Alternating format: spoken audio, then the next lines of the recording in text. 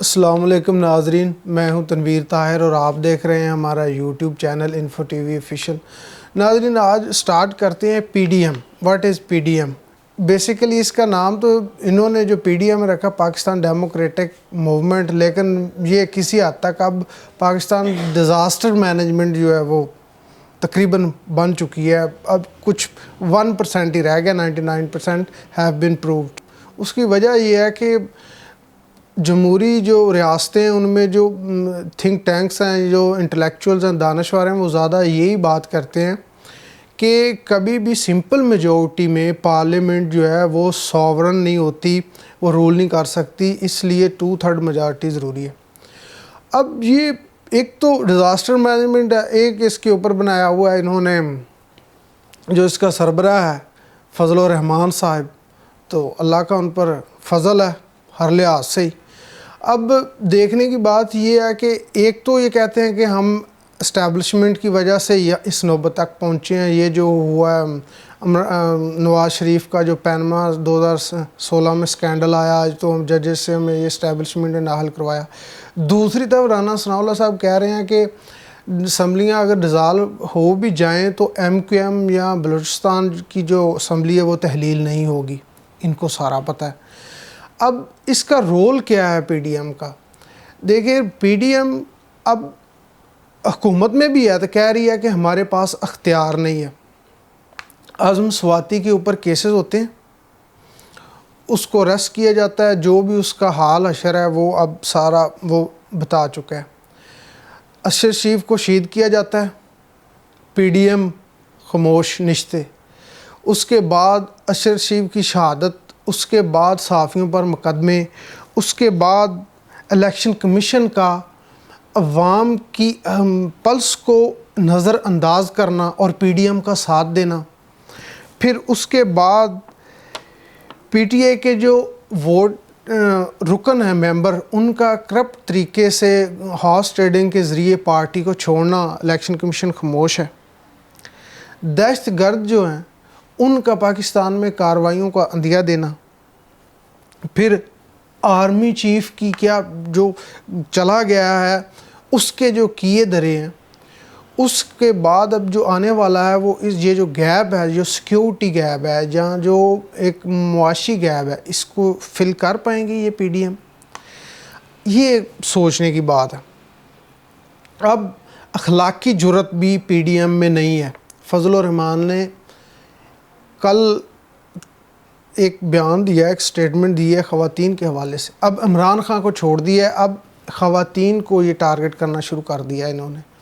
اب پاکستان کے علماء پھر اس ایسے بیانات پہ کاؤنٹر کیوں نہیں کرتے کہ ایک اپنے آپ کو مولانا کہلواتا ہے اور وہ اس طرح کی سٹیٹمنٹ دیتا ہے، اور کوئی بھی سیاسی جو پاکستان پیپلز پارٹی ہے وہ عورتوں کے حقوق میں بہت واویلا کرتی ہے، جب کوئی بات ہوتی ہے تو شیری رحمان اور ان کی جو دوسری لیڈیز ہیں وہ پارلیمنٹ میں بڑے بڑے ڈیسکوں کے اوپر کھڑو کے تو وہ جیسے نا بہت تیر مار رہی ہیں، وہ یہ ایسی باتیں کرتی ہیں۔ تو اب جو فضل الرحمان کا بیان آیا اس کے متعلق وہ بولے ہی نہیں ہیں، انہوں نے کوئی سٹیٹمنٹ ہی جاری نہیں کی اپنی۔ تو اب یہ کارکردگی ہے پی ڈی ایم کی۔ پی ڈی ایم منڈے کے روز، پیر کے روز آئی ایم ایف سے انہوں نے $1 ارب کا ایگریمنٹ کرنا تھا، جو پالیسی لیول ہی ڈیسائیڈ نہیں کر سکے یہ۔ اب وہ چلی گئی ہے دسمبر میں۔ پھر دوسرا کہ یہ جو سارا بہانمتی کا کنبہ ہے، اسٹیٹ پاور بھی ان کے پاس نہیں ہے، پارلیمنٹ میں بھی میجورٹی ان کے پاس نہیں ہے، اور رول بھی یہ کہہ رہے ہیں کہ ہم یہ کریں گے، ہم وہ کریں گے، اور جب کوئی سیریس بات کرنے کا وقت آتا ہے تو کہہ دیتے ہیں کہ ہمارے پاس تو ایکچوئل حکومت ہے ہی نہیں، وہ ہے ہی کسی اور کے پاس۔ تو عمران خان کے پاس تو نیریٹو ہے کہ جب پاکستان کی عوام کے ٹیکس سے یہ ریاست اور یہ جو گورنمنٹ ہے یہ چلتی ہے، تو پھر اس کی عوام کو ہی حق ہونا چاہیے کہ جس حکمران کو وہ لے کے آئیں اور جس کو وہ نہ لے کے آئیں۔ تو ان کے پاس اب کیا جواز رہتا ہے؟ ان کے پاس یہی ہے کہ جب بات کرنے کا وقت آئے تو کہہ دیں ہمارے پاس حکومت نہیں ہے، اور ایکچولی پھر یہ نقصان کرنے کے لیے ان کو لایا گیا ہے۔ تو یہ آپ سے بات کرنی تھی کہ پی ڈی ایم کے جو پاکستان کا حال حشر اس نے کر دیا ہے، اور اللہ پناہ دے، اور ہمیں ایسی جو بدبودار سمیل ہے جو پیچھا کر رہی ہے غریب عوام کا، اس سے اللہ تعالی ہماری جان چھڑوا دے۔ اب جو ٹی ٹی پی ہے، تحریک طالبان پاکستان، انہوں نے جو پاکستان کی حکومت کے ساتھ اکتوبر 2021 میں جو پیس ڈیل ہوئی تھی سیز فائر کی، انہوں نے اناؤنس کر دیا ہے کہ ہم اس معاہدے کو ختم کر رہے ہیں، اور ہم پاکستان میں اب کھلے عام جہاں ہم ٹارگٹ کر سکیں گے ہم کریں گے، اور ہم کر سکتے ہیں۔ یہ اب ٹی ٹی پی نے اعلان کیا ہے۔ وہاں فینس پہ اربوں روپیہ لگا ہے، ویژولز بھی کافی چل رہے ہیں، تو کدھر ہماری سیکیورٹی کدھر ہے؟ ہماری جو ڈیفنس لائنز ہیں وہ کیا پاکستان کی، اگر پاکستان کی فوج نے یا اسٹیبلشمنٹ نے یہ پاکستان میں سیاست کرنا، رول کرنا، تو باہر دشمن کیا کرے گا؟ پھر ایک ہی فوج نے رہنا ہے، یا ہماری فوج ہوگی ہمارے پاس یا دشمن کی آئے گی۔ تو ہم کس طرف جا رہے ہیں؟ یہ بہت ایک سوچنے والی بات ہے۔ اب جو پاکستان کی جو وزیر مملکت ہے خارجہ امور ہنا ربانی کھار، وہ ایک روزہ دورے پر افغانستان گئی ہوئی ہیں۔